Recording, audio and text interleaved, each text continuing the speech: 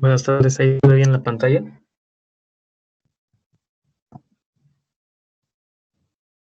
Sí, se ve bien, doctor. Gracias.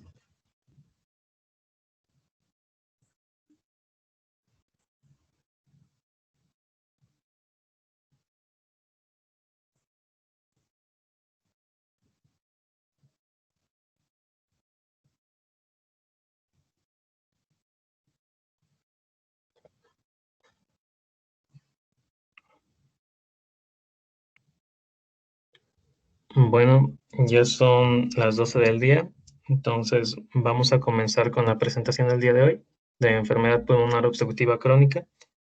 Mi nombre es Isaac Jesús González Cortés, residente de segundo año de medicina interna.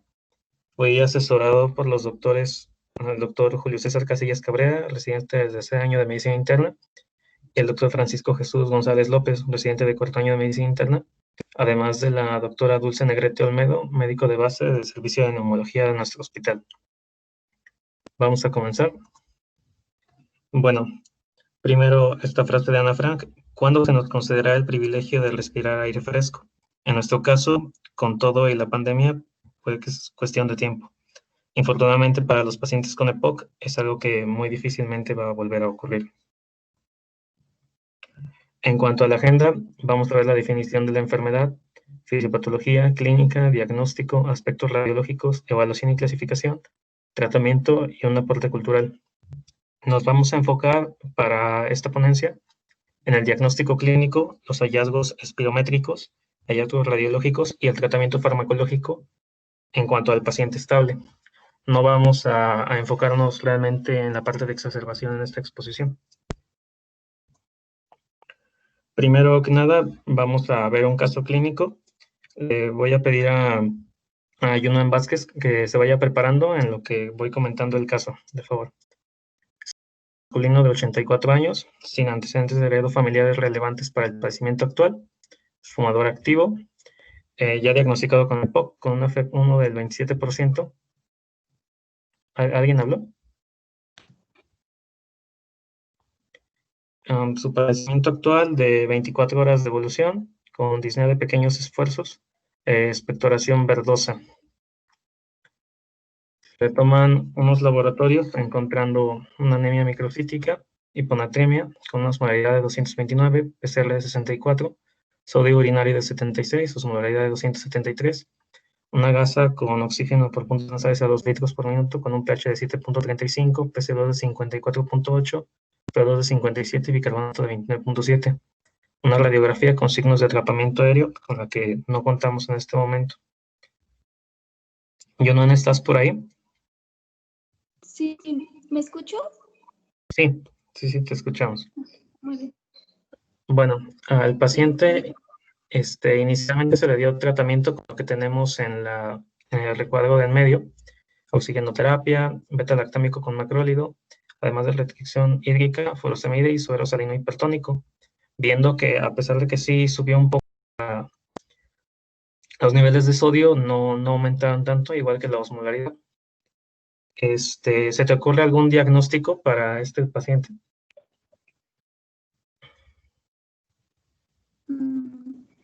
Sí, pues es un paciente que, como ya dijiste, cuenta con diagnóstico de EPO y al parecer ingresa por una exacerbación del mismo secundaria probablemente a una infección, un proceso infeccioso. Entonces, lo que creo que estaría en este caso más relacionado sería un síndrome de secreción inadecuada de hormona antidiurética, que pues está relacionado tanto a infecciones pulmonares como al EPOC en sí.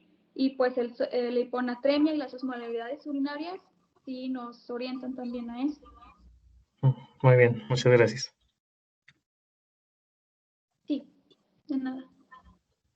Bueno, así es como tuvo la anatremia nuestro paciente. Vamos a ver que sí tuvo una buena elevación, sobre todo tras iniciar estos BAPTA, pero vamos a desarrollar este caso clínico ya más adelante. Primero que nada vamos a hablar de la definición. La GOLD 2020 define la enfermedad obstructiva crónica como una enfermedad común, prevenible y tratable, caracterizada por síntomas respiratorios persistentes, con limitación del flujo aéreo debido a anormalidades en la vía aérea y a nivel alveolar, Usualmente esto por exposición significativa a estímulos nocivos, principalmente, como ya sabemos, el humo de tabaco. En cuanto a epidemiología, se comenta, según el consenso mexicano expuesto en el INER, que esta enfermedad alcanza una mortalidad de 20,000 personas por año, siendo así la principal causa de muerte respiratoria en México. Esto resaltando que hasta el 86% de los pacientes con EPOC están subdiagnosticados. En la revista CHEST, como vemos en este recuadro, en un estudio hecho en el 2019, nos va a mostrar que la distribución a través de la edad y del sexo en esta enfermedad, en pacientes menores de 55 años, que se les diagnostique con una FEV1 menor al 50%, tiene un predominio en el sexo femenino. Esto ya lo vamos a comentar más adelante, pero es porque las mujeres, por el hecho de ser mujeres, también tienen una predisposición a desarrollar EPOC con menos estímulo nocivo que los hombres. En cuanto a los factores de riesgo, primero la genética. Sabemos que tenemos la deficiencia de alfa-1 antitripsina, que esta va a proteger de manera natural al tejido pulmonar de sufrir daños, especialmente por la elastasa del neutrófilo, esta producida por los neutrófilos. La función de esta elastasa del neutrófilo es destruir células dañadas y bacterias, pero si no es neutralizada por la alfa-1 antitripsina, va a digerir el tejido conectivo y otras células pulmonares sanas. Es interesante mencionar que solo el 5% de las personas con deficiencia de alfa-1 antitripsina son diagnosticadas. En cuanto a la edad y el sexo, a mayor edad existe mayor riesgo de padecer EPOC, además de que por la senescencia el tejido pulmonar empieza a adquirir cambios similares a los ocasionados por el EPOC. En cuanto al sexo, anteriormente se tenía considerado mayor gravedad en los hombres, pero por cambios en el estilo de vida de los últimos años se ha emparejado la situación e inclusive, como lo vimos ahorita, se está viendo un aumento en las mujeres por una aparente susceptibilidad al humo de tabaco mayor que en los hombres. El crecimiento pulmonar, esto es algo que se está viendo en los últimos años. Se dice que los procesos que van inclusive desde la gestación, el nacimiento y la exposición en la infancia afectan al crecimiento pulmonar. Esto ya sea por exposición a infecciones, agentes nocivos como el tabaco, y puede condicionar a un inicio de EPOC de manera temprana. De la exposición a partículas, en todo el mundo el humo del cigarro se ha estimado como el principal factor de riesgo para el EPOC, siendo este de hasta el 70%. El tabaquismo pasivo, el uso de pipas o marihuana, pues también son factores de riesgo. En cuanto a las exposiciones ocupacionales, hay un estudio británico que menciona que entre los principales trabajos se incluyen jardineros, escultores y trabajadores de construcción. La American Thoracic Society menciona que de 10,000 adultos que tienen una exposición ocupacional, 20% desarrolló sintomatología consistente con EPOC. Es importante recalcar que también la contaminación del medio ambiente en ciertas zonas es muy importante para la función pulmonar. Por ejemplo, aquí en León, pues sí tenemos una alta carga, sobre todo en ozono, dióxido de azufre y partículas en suspensión.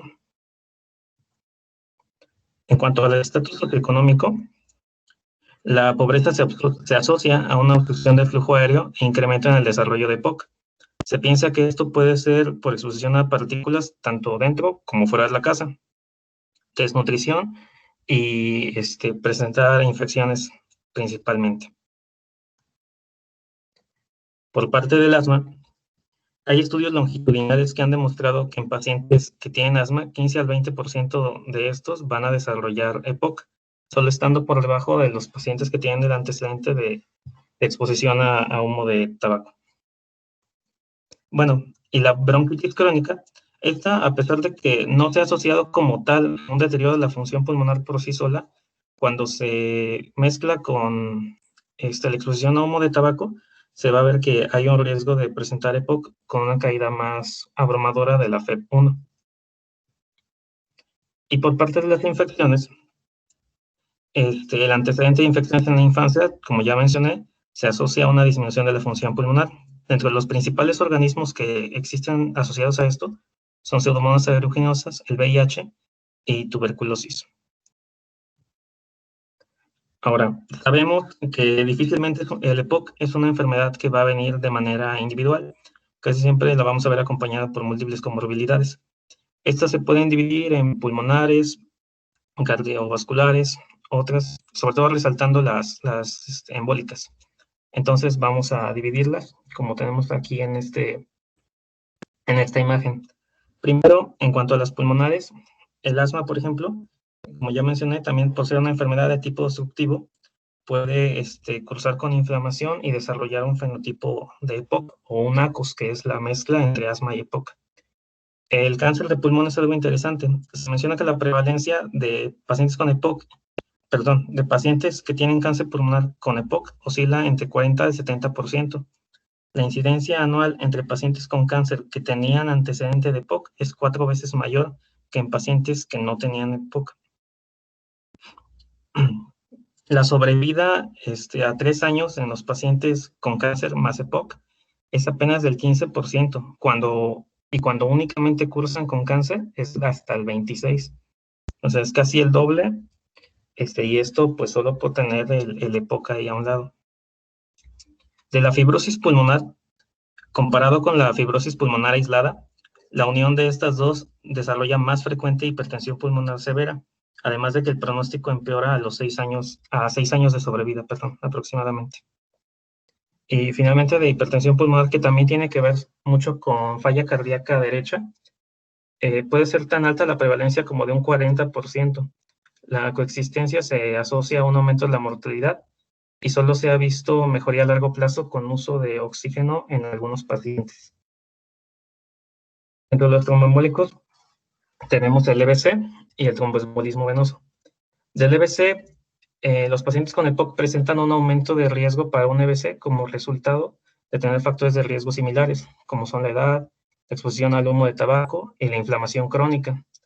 Se estima que 4% de las muertes en pacientes con EPOC son secundarias a EBC y que casi 8% de los pacientes con EPOC tienen antecedentes de EBC. Además, que existe una correlación lineal entre la obstrucción de la vía aérea y el riesgo de presentar un evento vascular cerebral. Dentro del tromboembolismo venoso, durante las exacerbaciones del EPOC se ha encontrado una prevalencia del 23%, y esto es interesante porque menciona que si no son diagnosticadas adecuadamente, pueden llevar a una mortalidad del 25 al 30%, sobre todo en hospitalizaciones que duran más de 4 días. De las cardiovasculares, bueno, ya habíamos hablado un poco de insuficiencia cardíaca derecha. Hay algo interesante también en la enfermedad coronaria. Menciona que esta puede llegar a estar subdiagnosticada en pacientes con EPOC hasta en un 70%. Entonces, es algo que sí tenemos que buscar. La hipertensión, aunque es muy prevalente en pacientes con EPOC, no aumenta la mortalidad, pero sí aumenta la inflamación sistémica. Esto va a ocasionar también más disnea cuando viene junto y disminución de la capacidad física. La insuficiencia cardíaca como tal es una comorbilidad muy, muy importante. Tiene casi los mismos factores de riesgo y también varios mecanismos fisiopatológicos similares. Se ha visto una coexistencia en pacientes estables de hasta el 16% y durante exacerbaciones hasta 48%, siendo esta también una de las principales causas de exacerbación, inclusive muerte o que simplemente empeoran el pronóstico. Bueno, la FA solamente se menciona que puede estar presente hasta en un 23%, sobre todo cuando el EPOC está asociado a una FEP1 disminuida. Aquí hay otras en las cuales solo quiero hacer hincapié en dos. La primera que es caquexia miopatías, que esta va a aparecer dependiendo de la dieta llevada por los pacientes. Dependiendo de la gravedad del EPOC, también se estima que puede aparecer de un 15 a un 50%, y esta se va a asociar a una disminución de la fuerza, aumento del riesgo de hospitalización y también del riesgo de muerte. Y también sobre la ansiedad y depresión. La ansiedad se presenta en mayor medida durante las exacerbaciones y también cuando estas disminuyen, la ansiedad también. Sin embargo, pues cabe recalcar que 19% de los pacientes con EPOC van a cursar con ansiedad, y de los pacientes que tienen EPOC que utilizan oxígeno, hasta el 60% puede tener depresión. Esto es importante porque van a disminuir su actividad física, la calidad de vida y el apego terapéutico. se estima que 2/3 de los pacientes con depresión y EPOC no llevan tratamiento para la depresión. Entonces, pues es algo pues bastante importante que sí tenemos que considerar cuando estemos viendo a un paciente con EPOC. Aquí, bueno, solo un esquema de las comorbilidades para tenerlo bien presente, que va por toda la vida, puede generarse, y lo que puede condicionar después. Bueno, vamos a hablar un poquito acerca de COVID y EPOC. Este es un estudio publicado por el European Respiratory Journal de agosto de este año, donde se menciona que los pacientes con EPOC se ha visto que tienen peores escenarios al contraer COVID-19. Sabemos que el virus va a actuar con la proteasa transmembrana serina 2, que es este de aquí, y para unirse a la enzima convertidora de angiotensina y así poder entrar a la célula. Lo que se ve interesante en este estudio es que mencionan que en pacientes con EPOC va a haber aumento de la enzima convertidora de angiotensina, igual que que los pacientes que tienen COVID. Entonces se juntan ambas cosas y nos ocasiona mayor lesión. Falta información para saber cómo manejar a un paciente cuando se mezclan ambas etiologías. Y aunque hay algunos ensayos donde mencionan que se disminuye la entrada del virus con esteroides inhalados, también es un riesgo importante de sobreinfección, por lo que de momento no se deben de iniciar de manera rutinaria. También se ha visto una mejoría en la rehabilitación pulmonar, ya que por las medidas sanitarias que estamos llevando en este momento, se ha tenido que hacer la rehabilitación de los pacientes a través de videoconferencias en su domicilio, y se ha visto que esto ha aumentado el apego y ha mejorado la calidad de vida de los usuarios.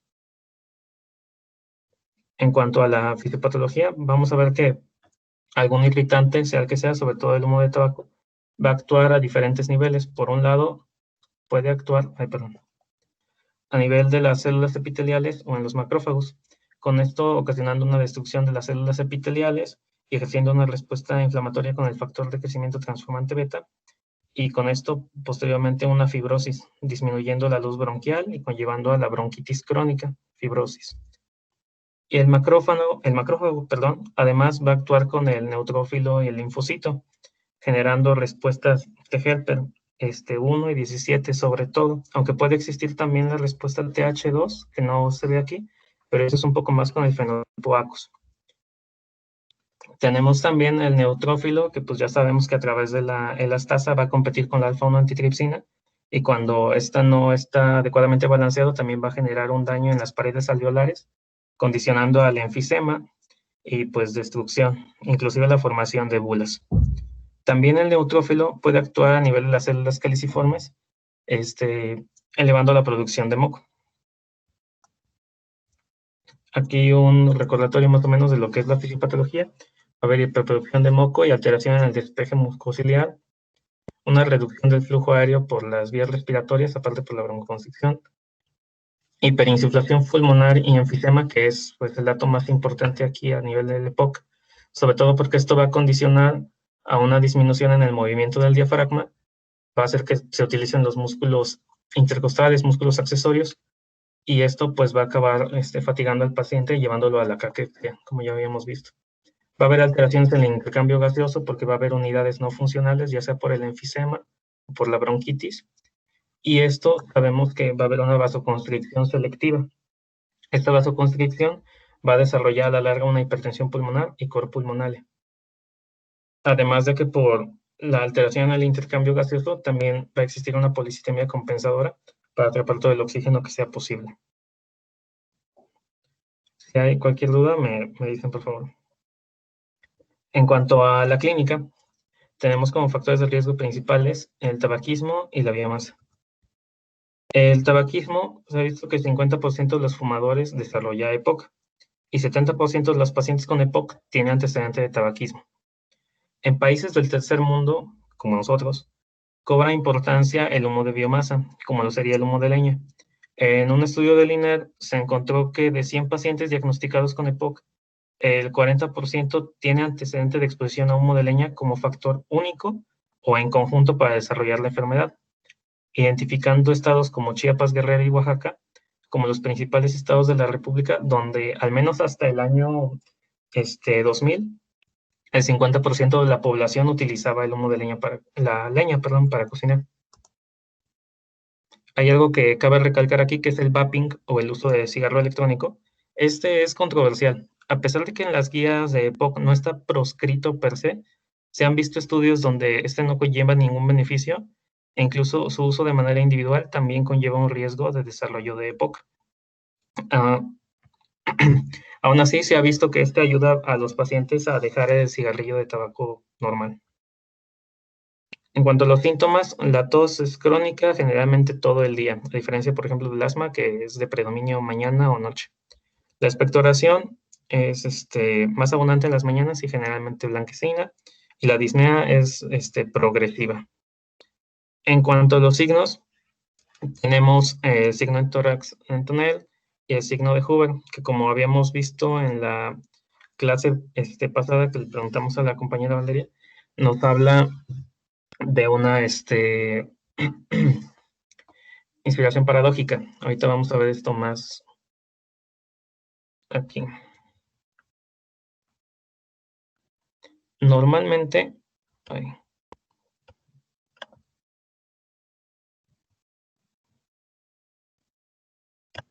no empieza. Bueno, habíamos visto en la clase pasada que normalmente hay una depresión diafragmática y el tórax se ensancha hacia los lados. Sin embargo, el signo de Hoover es cuando el diafragma ya no funciona adecuadamente, entonces los que se tienen que contraer son los músculos intercostales y entonces en vez de ensancharse a la hora de la inspiración, se van a contraer. Una disculpa porque no funcionó adecuadamente el video en este momento. Bueno, el signo de Hoover es importante a nivel clínico porque se ha visto que tiene una del 76 y una especificidad del 94%. Esto nos va a ayudar sobre todo a diferenciar clínicamente entre pacientes con EPOC y pacientes con insuficiencia cardíaca, ya que en pacientes con insuficiencia cardíaca prácticamente nunca vamos a ver este signo. Y pues el resto de la sintomatología puede ser bastante similar, que aunque ya es en estadios ya de obstrucción algo severa, pues clínicamente nos sirve. Para el diagnóstico, una vez que tenemos la sospecha de un paciente con EPOC por la sintomatología y los factores de riesgo, hay que realizar una espirometría. Súper importante, para la espirometría hay que realizar la prueba de reversibilidad. Si esta no se realiza, no podemos dar el diagnóstico de EPOC. Ahora, para las herramientas complementarias, pues las pruebas funcionales, que es la espirometría, como la prueba de broncodilatador, las pruebas de imagen, inicialmente radiografía de tórax y posteriormente su tomografía. En cuanto a la oxigenación, hay que tomar oximetría de pulso y posteriormente una gasometría arterial. Para el laboratorio, biometría hemática, sobre todo para ver los niveles de eosinófilos, que vamos a ver es muy importante en el tratamiento, el cardiograma, eco, y pues si se pudiera, los niveles de alfa-1 antitripsina, pero no es tan sencillo esa parte. Ahora, para el diagnóstico diferencial, sí tenemos varias etiologías. Estas son las principales que marca la GOLD. El asma, bueno, ya sabemos que sobre todo lo vamos a diagnosticar por la edad, que menores de 20 años sospechar asma, mayores de 40 EPOC. Por ejemplo, las bronquiectasias, que va a ser un esputo mucho más abundante, más cargado, además de que se van a poder ver por imagen. Pero quisiera hacer sobre todo énfasis en la insuficiencia cardíaca. Aquí. Este es un estudio de la Sociedad Europea de Cardiología del 2011 que nos va a ayudar a diferenciar, bueno, más bien nos menciona la importancia de la falla cardíaca y el EPOC. De manera clínica, pues si cursáramos con un paciente con falla cardíaca derecha, pues sí podríamos ver, por ejemplo, el edema, como principal señal. Sin embargo, cuando la falla cardíaca es izquierda, no es tan evidente para diferenciarlo. Aquí tenemos otro tipo de cuestiones, como por ejemplo en los rayos X, vamos a ver que una hiperinsuflación torácica por el EPOC aumenta el índice cardiotorácico y eso pues no nos ayuda para la insuficiencia cardíaca. Al igual que la radiolucidez, enmascara hallazgos de edema pulmonar. Y por ejemplo, en el ecocardiograma, vamos a ver que se puede ver alterado por la hiperinsuflación que viene con el EPOC. Se han visto que hay resultados insatisfactorios desde un 10 en pacientes con EPOC normal y que puede aumentar hasta el 50% si el grado de atrapamiento aéreo es más intenso. Actualmente, el método de imagen más adecuado, sobre todo para estos casos, es la resonancia magnética cardíaca, pero pues tampoco es tan sencillo que la consigamos. Las pautas para la parte de laboratorio, que sería el BNP, mencionan que arriba de 500, pues sí nos ayuda mucho para pensar en algo de origen cardíaco, sobre todo del lado izquierdo. Sin embargo, el core pulmonale nos puede presentar niveles de 100 a 500 picogramos sobre mililitro. Entonces, en un paciente que tiene ambas comorbilidades, como vamos a ver aquí, pues es un poco complicado. En ellos, normalmente, más que una espirometría para ayudarnos a diagnosticar el EPOC, lo que nos interesaría sería hacer una pletismografía. Los pacientes que tienen falla cardíaca cursan con EPOC desde un 9 hasta un 40%, mientras que los pacientes con EPOC cursan con falla cardíaca en un 20%. O sea, sí es algo prevalente en ambos.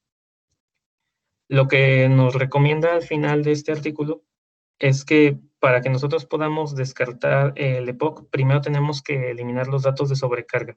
Ya una vez que quitemos la parte aguda de la insuficiencia cardíaca, que quitemos la sobrecarga, ya podemos intentar diagnosticar el EPOC. Ahora, este es un estudio de la combinación del ultrasonido con el signo de cola de cometa doble y el PRO-BNP para diferenciar entre asma y EPOC. En este estudio inicialmente había 248 pacientes, de los cuales quedaban 218 por criterios de exclusión que no vale tanto la pena mencionar en este momento, y se diferencian los criterios de Boston. Si tenían menor a 5, los clasificaban como de origen pulmonar su disnea, y si eran mayor a 5, como de origen cardíaco. ¿Qué es lo interesante de aquí? Se aplicaron, como ya vimos, el ultrasonido, el PRO-BNP, para ver qué era lo que más funcionaba para el diagnóstico. Y aunque cada uno, como muestra aquí en la tabla, tiene bastante buen grado de sensibilidad y de especificidad, siendo el ultrasonido de manera individual el que más nos funciona para el diagnóstico, la combinación de ultrasonido con el PRO-BNP es lo que más funciona. Vean aquí, sensibilidad y especificidad del 100%, o sea, es lo más ideal. En cuanto a los aspectos radiológicos, no todos los pacientes, aunque se clasifican como tipo enfisema o afectación de la vía aérea, todos los pacientes tienen su grado de bronquitis y de enfisema. Eso es algo importante que hay que considerar. Hay signos directos y signos indirectos en la radiografía de tórax. Primero vamos a ver sobre el enfisema, que realmente los signos directos, pues solo existen las bulas, como los podemos ver en esta radiografía lateral. Son estos espacios que tenemos aquí. En cuanto a los signos indirectos, lo primero, vamos a ver, por ejemplo, ausencia de vasos por vasoconstricción hipóxica, como en esta radiografía que vemos aquí, que los vasos se ven como amputados, no llegan hasta el final de la radiografía. ¿Se encuentra por ahí Lisbeth Íñiguez?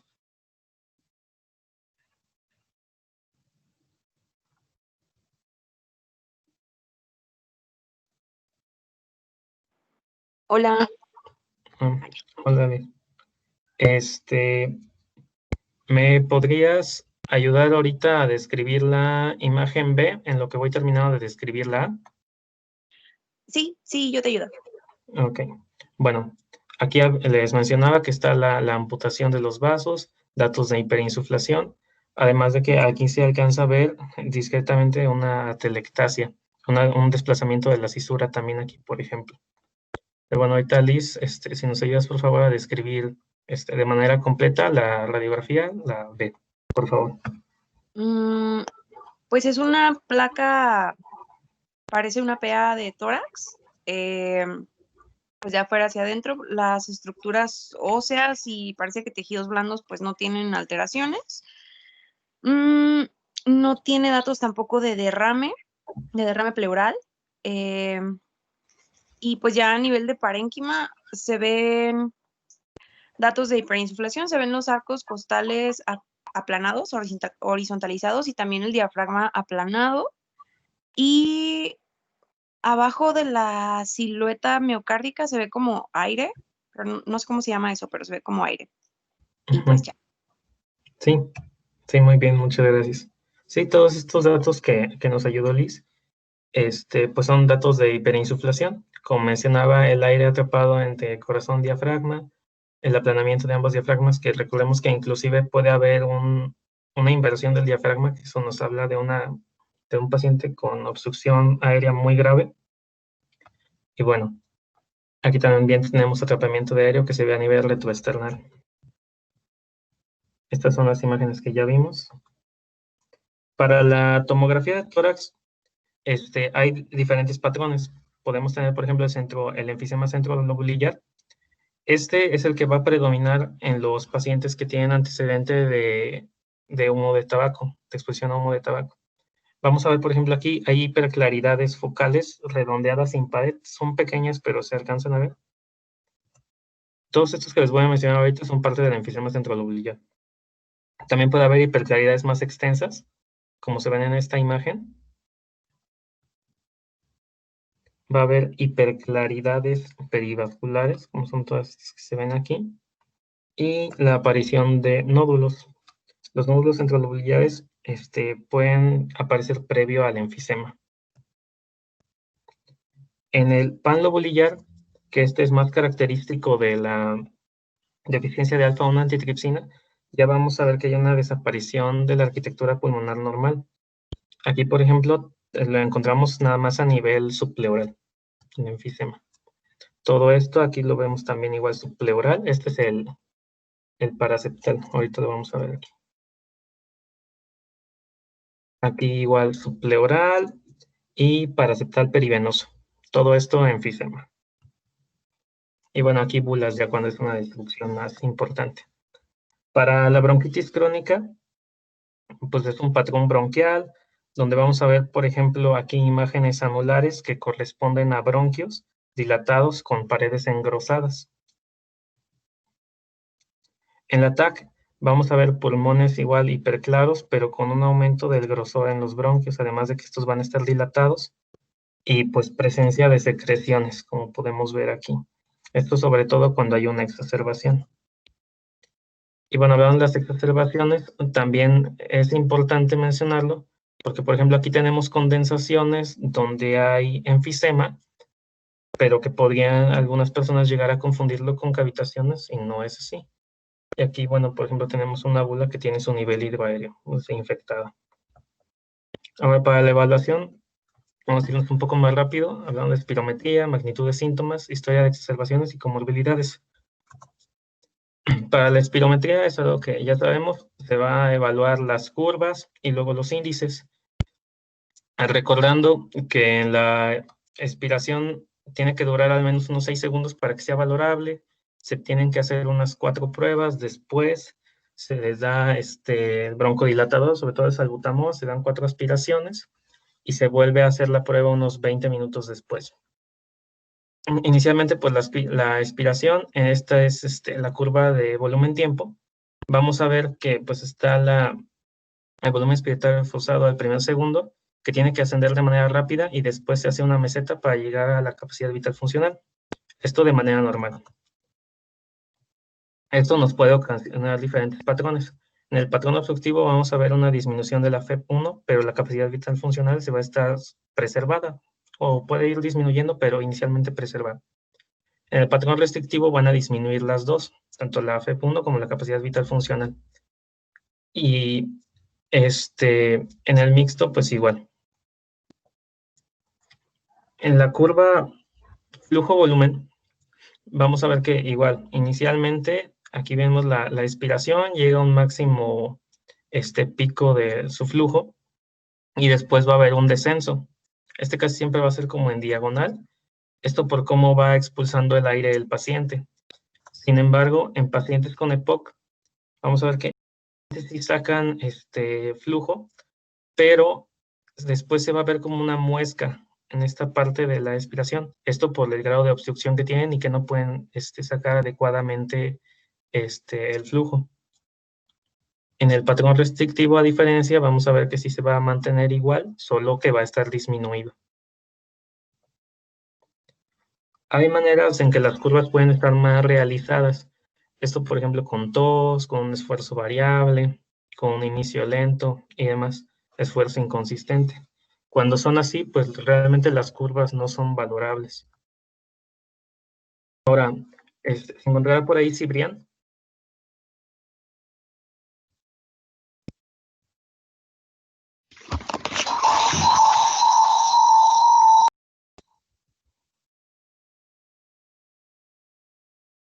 ¿Cibrián? Bueno, sí. Ok, aquí tenemos una espirometría. Aparentemente las curvas se ve completa, 6 segundos, sin artefactos. Y la relación FEP1, capacidad vital forzada, pues es de 80%. Entonces, pues es normal, arriba de 70. Ok.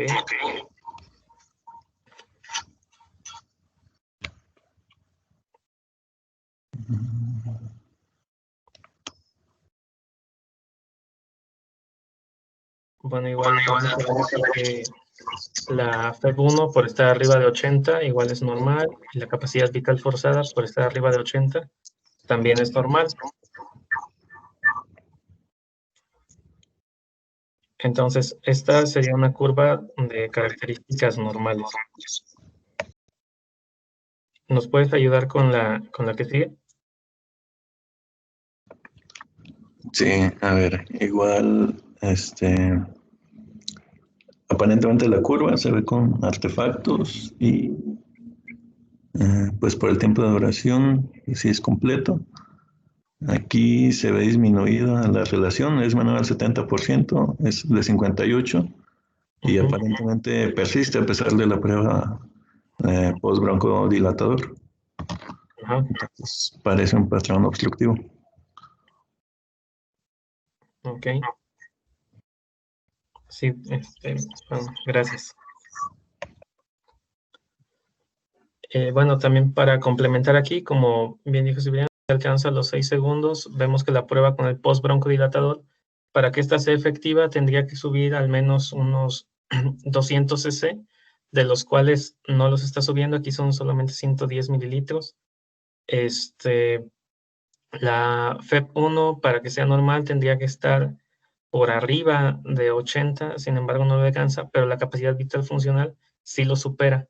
Entonces, habíamos dicho que si la capacidad vital funcional se mantiene, pero la FEP1 y la relación de ambas es disminuida, estamos hablando de un patrón obstructivo.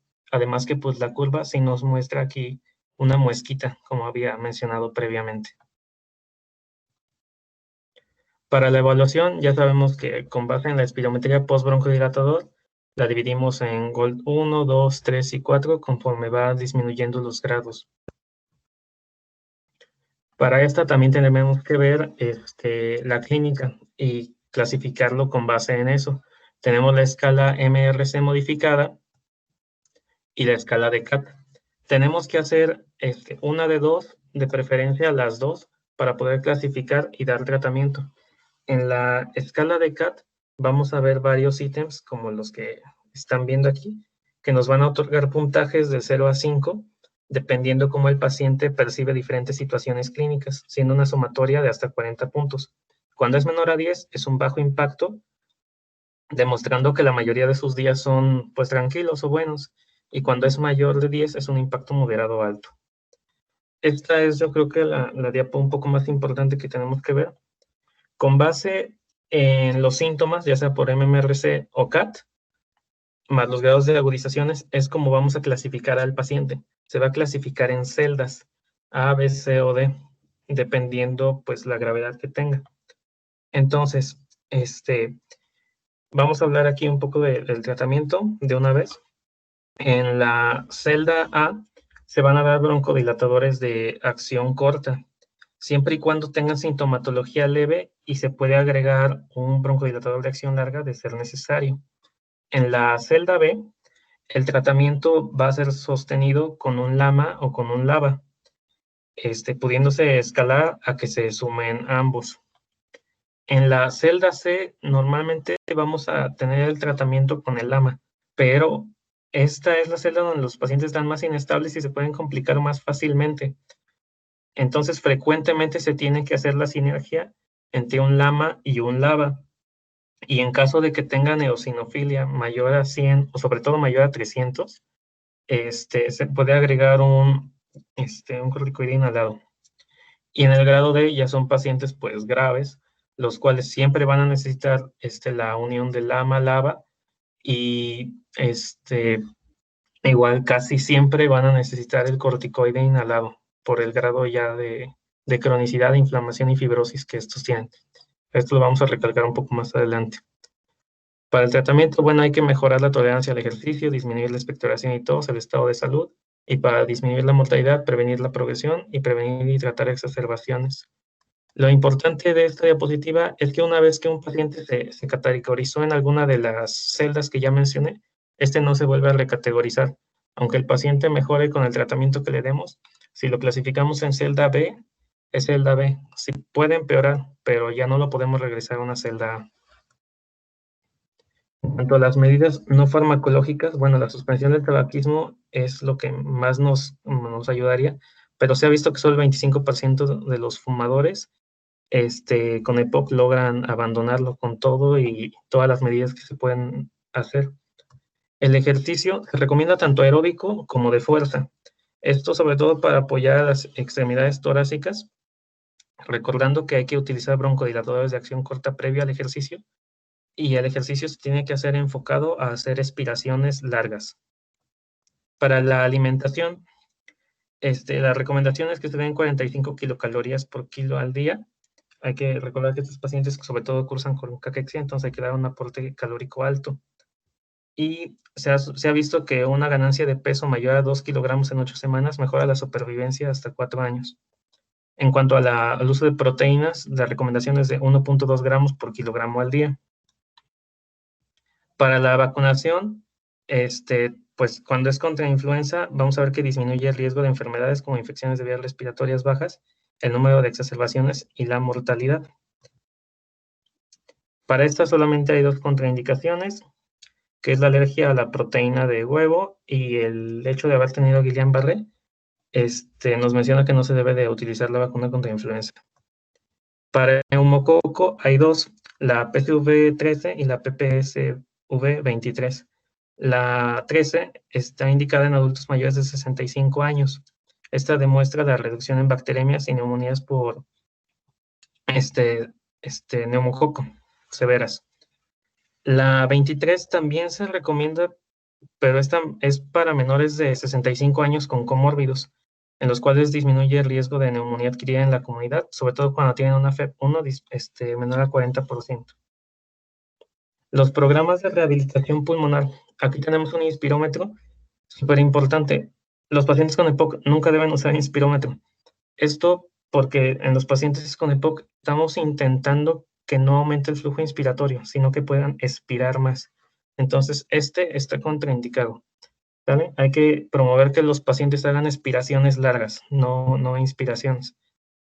Se ven beneficiados, sobre todo en la rehabilitación pulmonar, los grados B a D, sobre todo el grado B. En cuanto a los inhaladores, hay cartuchos presurizados, polvo seco y vapor suave o niebla fina. Un ejemplo de por ejemplo, es el tiotropio. Aquí lo que quiero recalcar es que, por ejemplo, los cartuchos presurizados necesitan una buena sincronía y de flujos inspiratorios altos. Por lo tanto, no es lo más adecuado para un paciente con EPOC. Para ellos, lo más adecuado sería un vapor suave un vapor suave, porque estos requieren flujos inspiratorios bajos, además de que la sincronía es mínima. El polvo seco, aunque la sincronía no es tan importante, requieren también flujos inspiratorios altos. Entonces, no es lo más ideal en pacientes con EPOC. Para el tratamiento, bueno, tenemos broncodilatadores y antiinflamatorios. Hay beta-agonistas, como son los broncodilatadores los beta-agonistas de acción corta, beta-agonistas de acción larga, los antimuscarínicos de acción corta, de acción larga, y las metilsantinas como la teofilina, que pues realmente ya no se debe utilizar, por lo que nos comentaba me comentó, mejor dicho, la doctora Negrete, no da un buen aporte, sobre todo para la parte de broncodilatación. Corticoides a inhalados y orales. Recordar que al menos en el tratamiento hospitalario, los orales son de elección. Se han visto que tienen una una funcionalidad igual o mejor incluso que los IV. Entonces, de preferencia vía oral. Inhibidores de la fosfodiesterasa 4 y macrólidos. En cuanto al macrólido, lo único que quisiera recalcar es que para el tratamiento a largo plazo se puede utilizar citromicina 3 veces por semana, 500 miligramos, o diario 250 miligramos, y eritromicina 500 miligramos cada 12 horas por un año.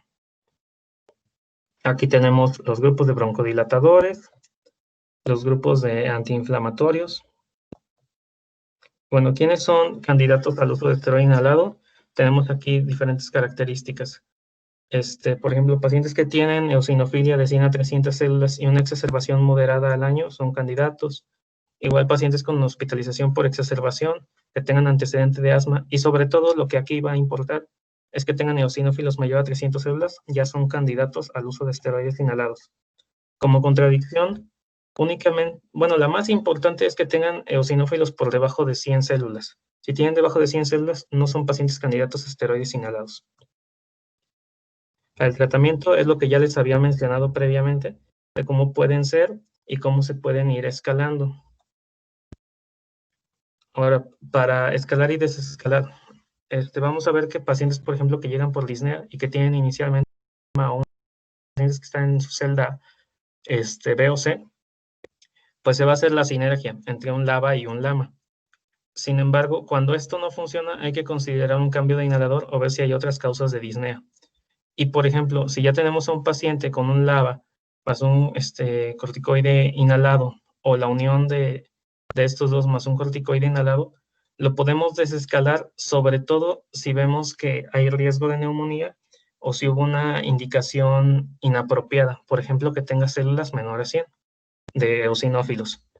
Y para las exacerbaciones, igual, hacemos sinergia. Si primero estamos con un LABA o un LAMA, vamos sumando.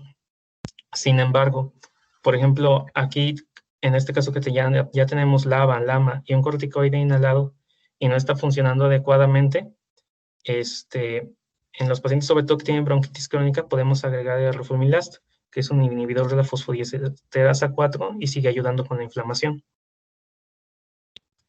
Para la oxigenoterapia, esta está indicada cuando tenemos una PO2 menor a 55 y una saturación de oxígeno menor a 88, o que tengamos la PO2 entre 55 y 60, pero que también el paciente curse con insuficiencia cardíaca derecha o eritrocitosis, para llegar a estas metas de saturación de oxígeno por arriba del 90%. Para la exacerbación, aquí solo quiero recalcar que los criterios de Antonisen ya no son lo que se debe de utilizar. Sin embargo, para que nosotros podamos decir si es leve, moderada o leve, la GOLD nos dice que va a ser con base en el tratamiento que necesite para controlar la exacerbación. No quiero profundizar en esto porque ya no hay mucho tiempo y porque realmente no es el tema de la plática. Simplemente mencionar que los criterios de Antonisen ya no son lo que tenemos que estar utilizando, sobre todo porque estos solo contemplan la exacerbación cuando es secundaria a una infección.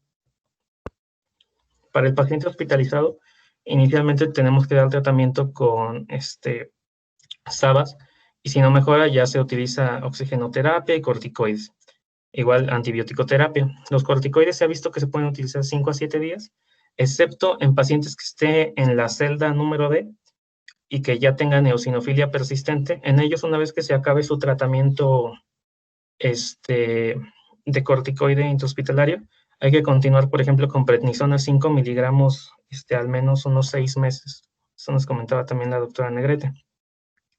En caso de que haya insuficiencia respiratoria aguda pues, diagnosticada por gasometría, podemos utilizar ventilación mecánica no invasiva con estos criterios: pH debajo de 7.35, PCO2 mayor a 45, además de hipoxemia. En el caso de que estemos utilizando la ventilación no invasiva, si tenemos una PCO2 arriba de 53, se recomienda el uso de BiPAP, y cuando está por debajo de 53, se recomienda el CPAP. En caso de que pues esto no funcione, además de otras indicaciones como ya conocemos, pues se opta por la ventilación invasiva. Para la antibiótico-terapia se sigue rigiendo por la procalcitonina, arriba de 0.25 nos guía a uso de antibiótico, que depende si el paciente tiene comorbilidades o no, es en el agente que vamos a sospechar y el tratamiento que vamos a dar. En este caso, bueno, solo recalcar que en pacientes con ventilación mecánica, con sospecha de pseudomonas, la indicación sigue siendo cipro a dosis antipseudomónica. Al tratamiento, lo que ya mencionaba, corticoterapia, de preferencia no exceder los 5 días con estas dosis, el oxígeno a esta saturación que hay que mantener y las indicaciones de la ventilación no invasiva. Tratamiento intervencionista, lo único que tenemos que conocer nosotros es que existen estas válvulas, son unilaterales, sirven para que el paciente pueda sacar el volumen expiratorio de unidades que ya no son realmente funcionales. Estas son las indicaciones con las que nosotros podríamos derivar al servicio de neumología. Tampoco voy a profundizar ahorita en esto. Únicamente lo que nosotros también tenemos que checar es que el paciente tenga las cisuras conservadas. Cuando estas están menor a un 80%, ya no va a ser tan viable porque hablamos de que hay una comunicación. Y bueno, aquí ya también para acabar, un estudio que hablaba sobre el uso de morfina en la enfermedad pulmonar obstructiva crónica, que se llevó por 4 semanas con este número de personas, al final quedaron 124, diferenciándolo entre 54 que usaron la morfina y 57 que utilizaron placebo. En este se vio que mejoró el CAT, que es la escala que ya habíamos visto, pero en pacientes que tienen un grado 1 a 2 y no en un 3 a 4. Esto fue mejorado en la caminata por escaleras o por una colina inclinada, por lo que lo único que se concluyó con este estudio es que la morfina a dosis baja sí puede obtener un beneficio, pero se tiene que seguir estudiando, sobre todo en grados bajos de EPOC. La conclusión del caso clínico, ya para apurarnos, fue un diagnóstico, como había mencionado Junuen, de una secreción inadecuada de hormona antidiurética. Esto secundario a una exacerbación de EPOC, por lo que se dio tratamiento con tolvaptan a 15 miligramos cada 24 horas, observándose una normalización de la natremia en 4 días. Lo que hay que recalcar aquí es que tanto el EPOC como el cáncer pulmonar de células pequeñas comparten ser causa de este síndrome, sobre todo en grandes consumidores de tabaco, por lo que es útil vigilar la natremia en estos pacientes. Y aunque es infrecuente, una hiponatremia puede ser la primera manifestación de una neoplasia de pulmón. No sé si tengan alguna duda o pregunta, algún comentario. Hola, doctor, ¿me escucha? Sí, doctor. Bueno, solamente para felicitarlo, me gustó la mejoría que hubo en la clase en comparación a la previa. Te agradecemos mucho el tiempo y que te hayas tomado la dedicación para arreglarla a tal detalle. Nada más, muchas gracias. Gracias.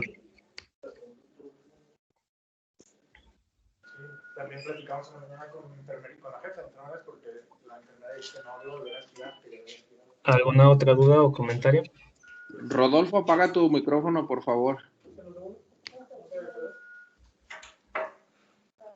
Mira, a más de esta velocidad, ahí está pero esto tiene holgura hasta 28 puntos de velocidad para que veamos máxima velocidad. Bueno, si no hay ningún de comentario o aportación, vamos a cerrar la clase con mi aporte cultural. Voy a hablar sobre terror en el cine. El primer filme presentado en la historia fue por los hermanos Lumière. Se llama El arribo del tren, en 1896. Y aunque no es una película de terror per se, los espectadores se quedaron asustados al ver cómo llegaba el tren hacia ellos.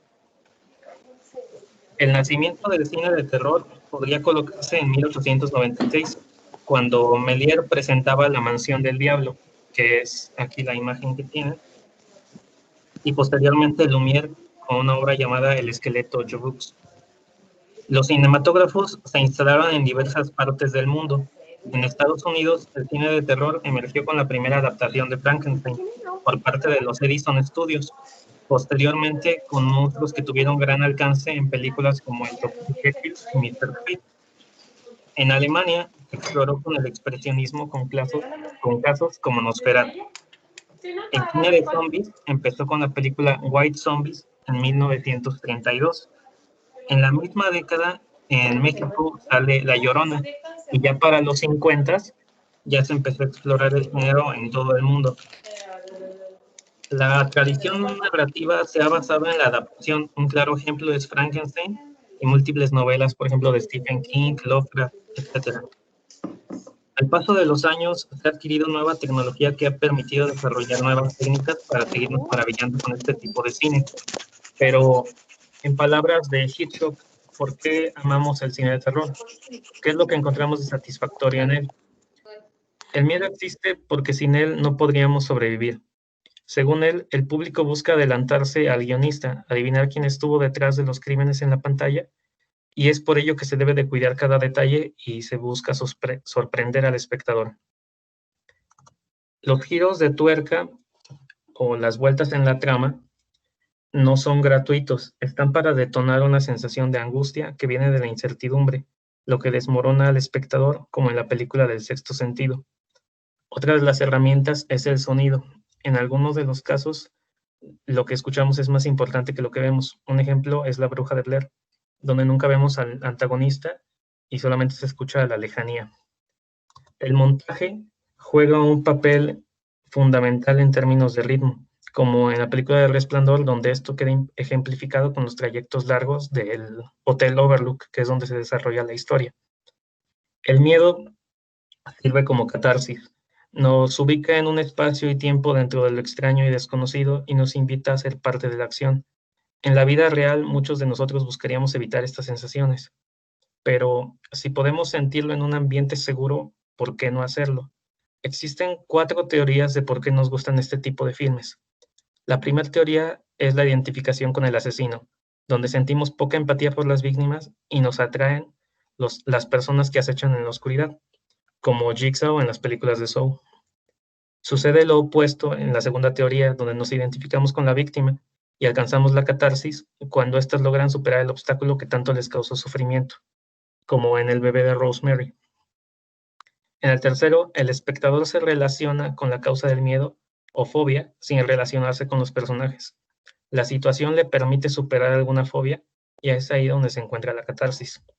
No sería en la supervivencia del protagonista, sino en la superación del miedo, como en la película de Tiburón.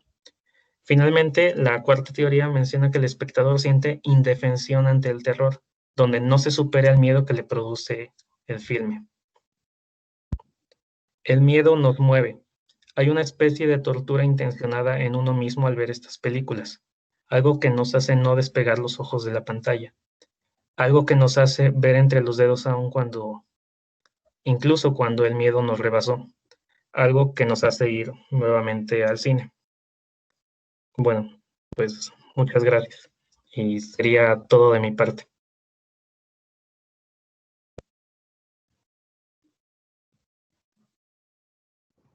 Buen esfuerzo, Isaac. Felicidades. Gracias. Muchas gracias. Gracias. Bien, Isaac, felicidades, gracias.